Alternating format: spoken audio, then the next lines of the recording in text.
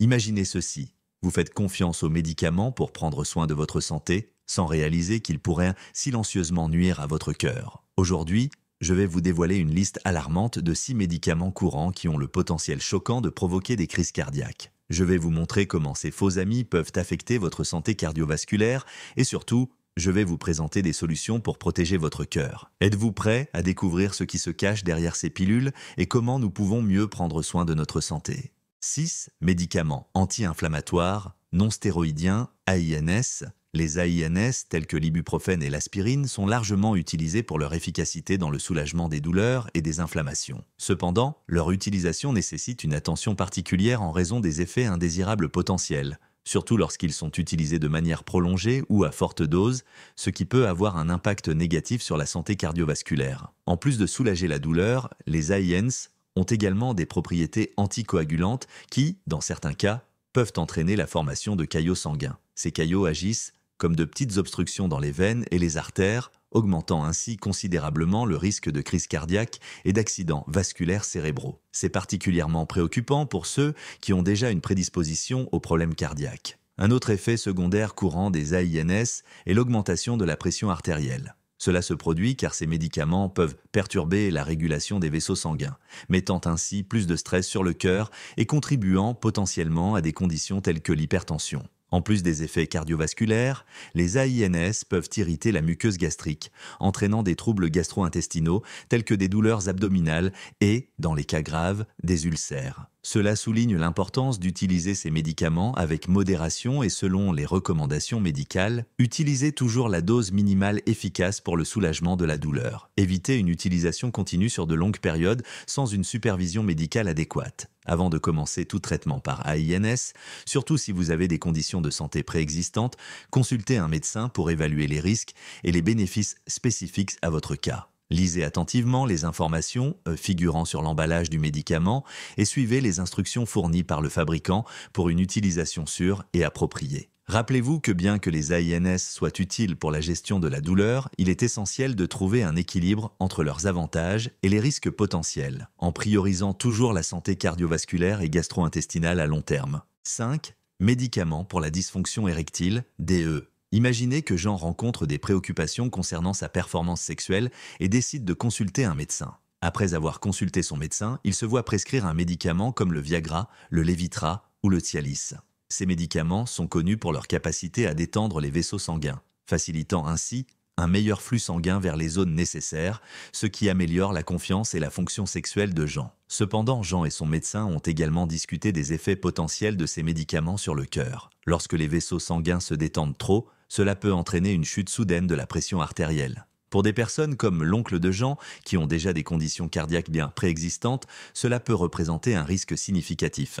Le cœur peut avoir du mal à gérer cette baisse de pression artérielle, augmentant ainsi le risque d'une crise cardiaque potentielle. En outre, il y a le facteur des interactions médicamenteuses. Ces médicaments, pour la dysfonction érectile, peuvent interagir négativement avec d'autres médicaments fréquemment utilisés par les personnes souffrant de maladies cardiaques, tels que les nitrates prescrits pour soulager l'angine, douleur thoracique. Si l'oncle de Jean utilisait à la fois le médicament pour la dysfonction érectile et des nitrates, cette combinaison pourrait entraîner une chute sévère de la pression artérielle, une situation potentiellement dangereuse nécessitant une attention médicale immédiate.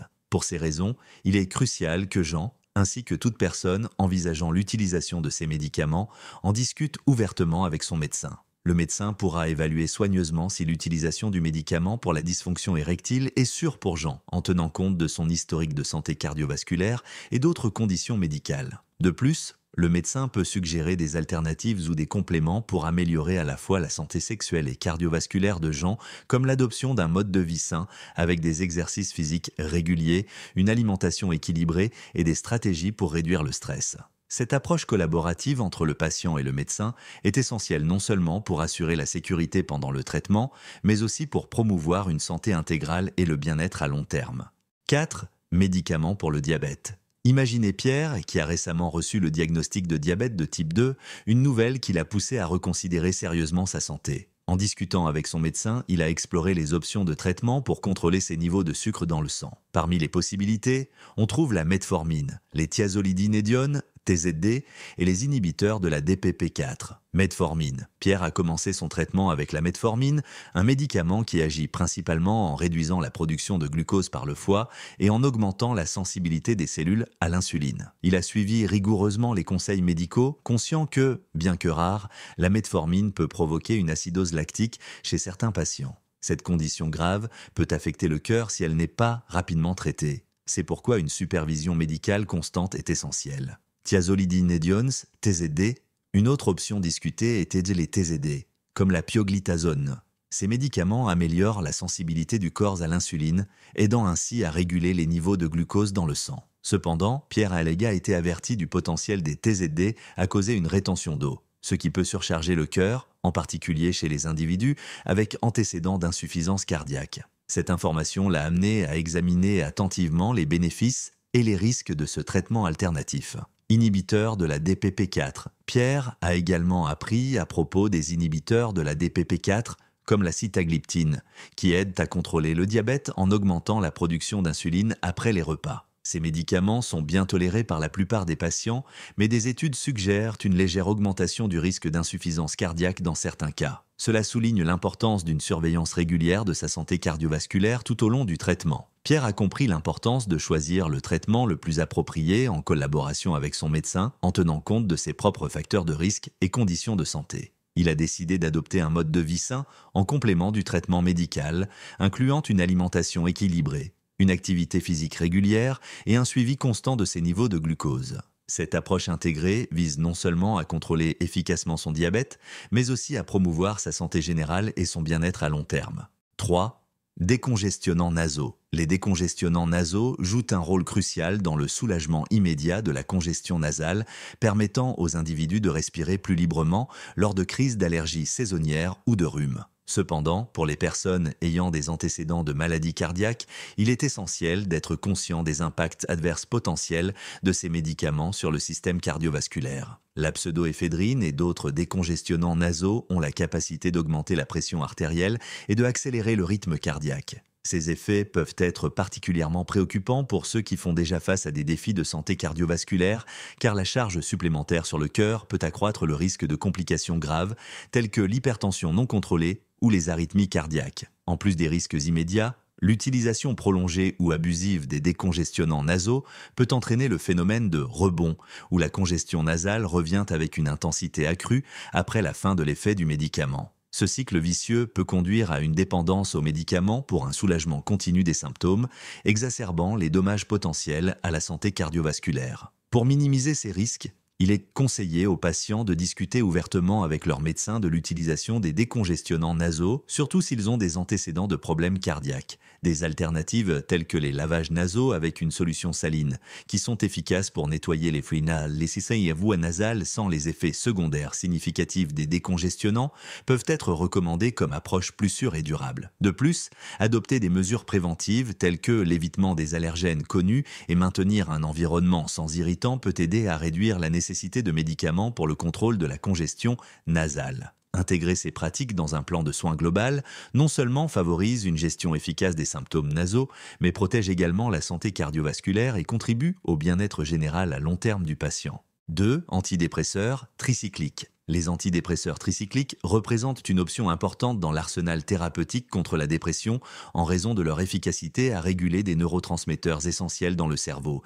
tels que la sérotonine et la noradrénaline. Ces substances jouent un rôle crucial dans l'équilibre émotionnel et la régulation de l'humeur, offrant un soulagement significatif aux individus confrontés à des symptômes persistants de tristesse et de désespoir. Malgré les bénéfices thérapeutiques, il est essentiel de prendre conscience des potentiels effets adverses des antidépresseurs tricycliques sur le système cardiovasculaire. L'un des principaux impacts est la capacité de ces médicaments à accélérer le rythme cardiaque, ce qui peut entraîner des sensations inconfortables de palpitation ou de tachycardie. Ces changements cardiaques sont attribués aux modifications que les tricycliques le provoquent dans le muscle cardiaque, affectant sa capacité à maintenir un rythme régulier et adéquat. De plus, les antidépresseurs tricycliques ont le potentiel d'augmenter la pression artérielle, ce qui peut être particulièrement préoccupant pour les personnes ayant des antécédents d'hypertension artérielle. Une pression artérielle élevée accroît l'effort du cœur, augmentant ainsi le risque de complications cardiovasculaires telles que les crises cardiaques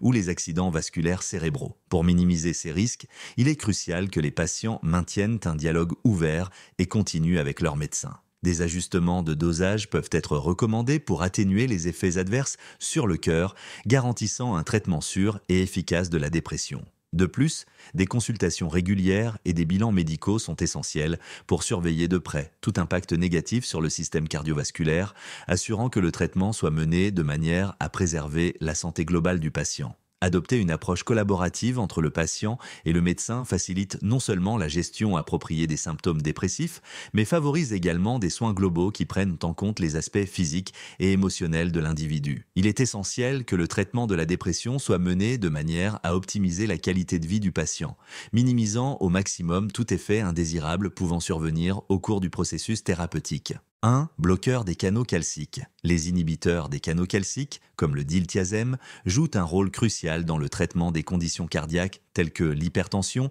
et l'angine de poitrine, une douleur thoracique causée par des problèmes cardiaques. Ces médicaments agissent en relaxant les muscles autour des vaisseaux sanguins et du cœur, ce qui entraîne une réduction de la pression artérielle et un soulagement de la douleur thoracique, offrant un effet thérapeutique significatif aux patients atteints de ces conditions. Malgré les bénéfices, il est important de prendre conscience des effets indésirables potentiels que les inhibiteurs des canaux calciques peuvent avoir sur le cœur. Un des principaux impacts est la capacité de ces médicaments à réduire la force des contractions cardiaques, ce qui peut être préoccupant pour les individus avec des antécédents d'insuffisance cardiaque ou d'autres conditions cardiaques chroniques. Cette diminution de la force contractile du cœur peut compromettre sa capacité à pomper efficacement le sang à travers le corps, exacerbant ainsi les symptômes d'insuffisance cardiaque. En plus des effets sur le cœur, les inhibiteurs des canaux calciques ont été rarement associés à des cas de lésions hépatiques. Le foie joue un rôle vital dans le métabolisme des médicaments et l'élimination des toxines du corps. Tout dommage au foie peut compromettre ses fonctions essentielles, affectant négativement la santé générale du patient. En raison de ces effets indésirables potentiels, les inhibiteurs des canaux calciques ne sont généralement pas le premier choix pour le traitement de l'hypertension, en particulier chez les patients sans autres conditions cardiaques concomitantes. Il est crucial que les patients discutent avec leur médecin d'autres options de traitement qui pourraient être plus sûres et efficaces pour leur cas spécifique, en tenant compte de l'historique médical complet et des conditions de santé actuelles. En travaillant en collaboration avec le médecin, il est possible de trouver le médicament approprié qui contrôle efficacement la pression artérielle et soulage la douleur thoracique, tout en minimisant les risques potentiels pour le cœur et le foie. Cette approche personnalisée non seulement optimise les résultats thérapeutiques, mais favorise également la sécurité et le bien-être à long terme du patient. Ne manquez pas la prochaine vidéo où vous découvrirez les 7 signes alarmants que votre cœur pourrait être en danger. Je vous montrerai comment repérer ces signes précoces et prendre des mesures pour protéger votre santé cardiaque. Restez à l'écoute et n'oubliez pas de vous abonner à la chaîne pour ne manquer aucune information importante pour votre santé. À bientôt! Maintenant, vous connaissez les 6 médicaments courants qui peuvent causer des attaques cardiaques. Il est crucial de rester vigilant car ces petites pilules peuvent avoir un impact énorme sur votre santé cardiaque. N'oubliez pas de toujours consulter votre médecin et de discuter avec lui de toute préoccupation concernant vos médicaments. La santé de votre cœur est trop précieuse pour être négligée. Prendons soin d'elle ensemble. Si vous avez apprécié ce contenu, n'oubliez pas de mettre un pouce levé, de partager avec vos amis et de vous abonner à la chaîne pour plus de conseils simples pour une vie plus saine. À la prochaine.